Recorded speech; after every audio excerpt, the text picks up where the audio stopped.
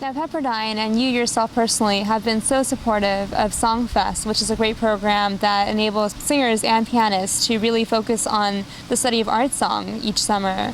Here at Pepperdine is where it's held. And I want to ask you, why do you believe in Songfest, and what do you think makes Songfest so special?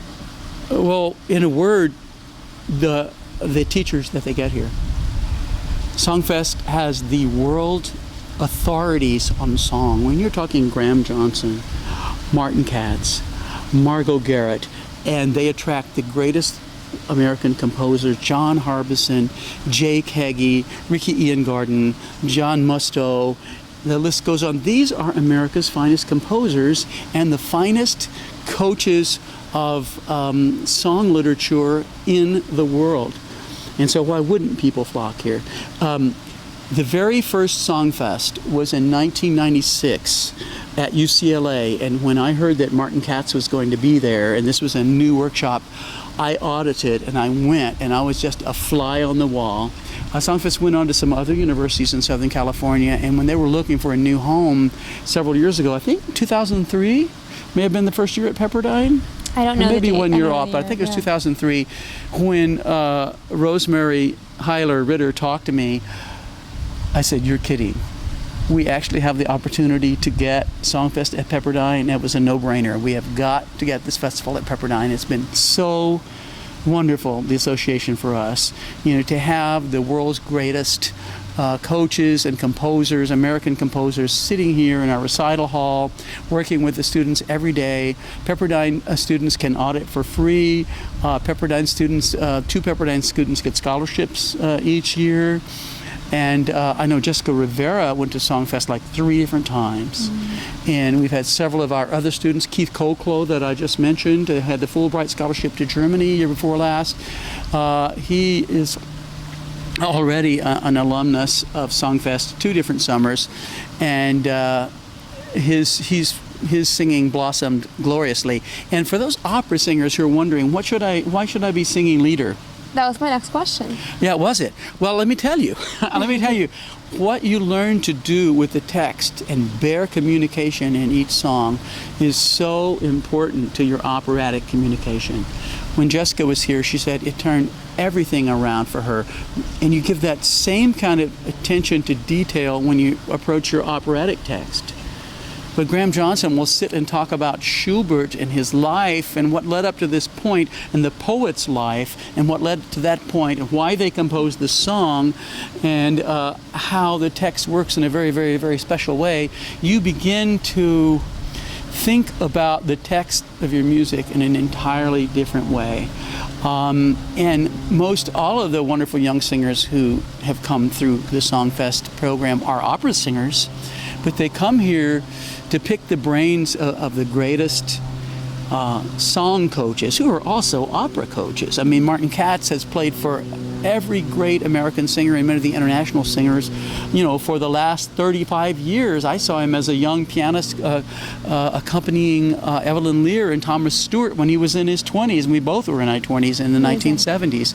So as far as opera is concerned, there's nothing these people don't know about the operatic literature, but the primary endeavor for Songfest is the song literature, and that's what makes it so unique, and that's what attracts not only the singers and pianists, but the composers here, because the composers can workshop their works. I mean, John Harbison stood right here in our recital hall and said, "I wish," I'm paraphrasing again, "that I had been able to workshop The Great Gatsby the way that I'm now workshopping here some of my other works, because the first time he ever saw The Great Gatsby put together was at the final dress rehearsal at the Met."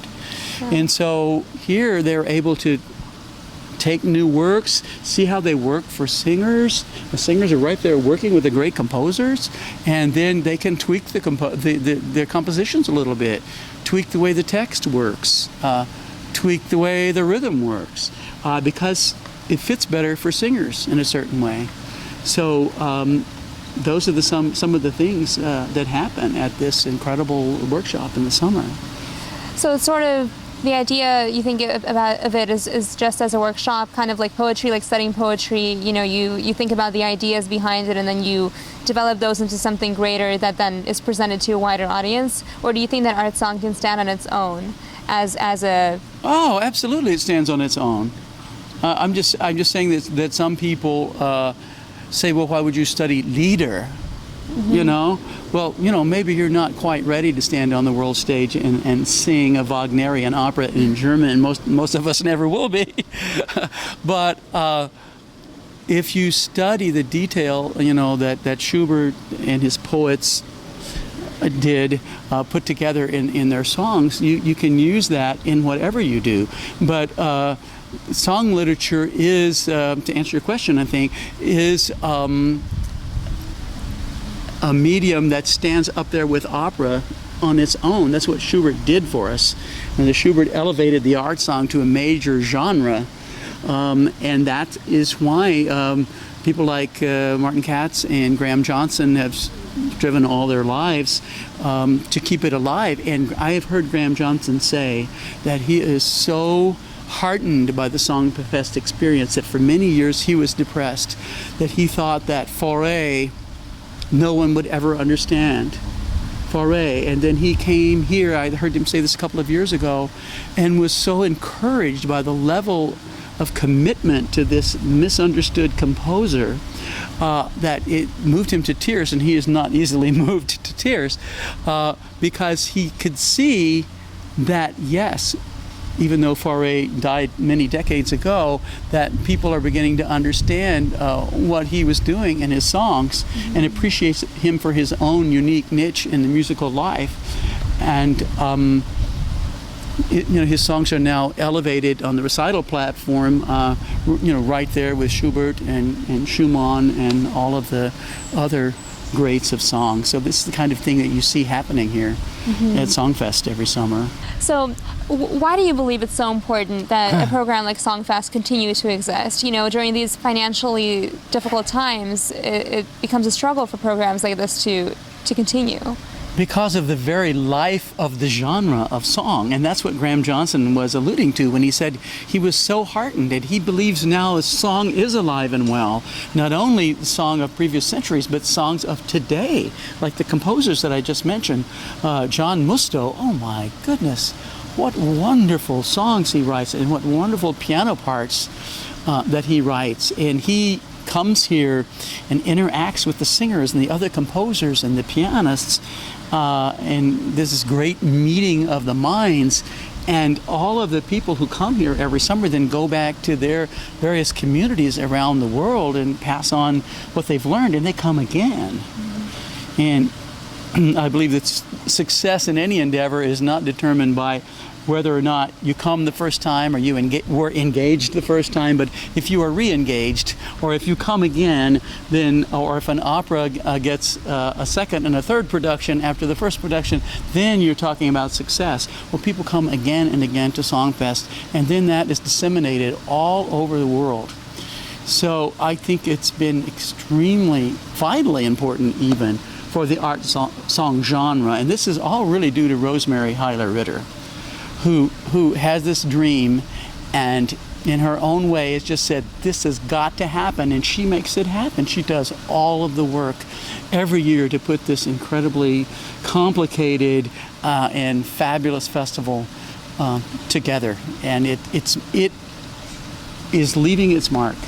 Is leaving its mark on this world. I truly believe that, and I'm sure that many people, you know, who watch this interview, who are watching interviews with other Songfest faculty, will agree that in their communities, people who have been to Songfest have spread the seed, mm-hmm. of the art song, and how it is alive and well. The contemporary art song and the art songs of the past are alive and well, and they were nurtured in that here at Songfest at Pepperdine.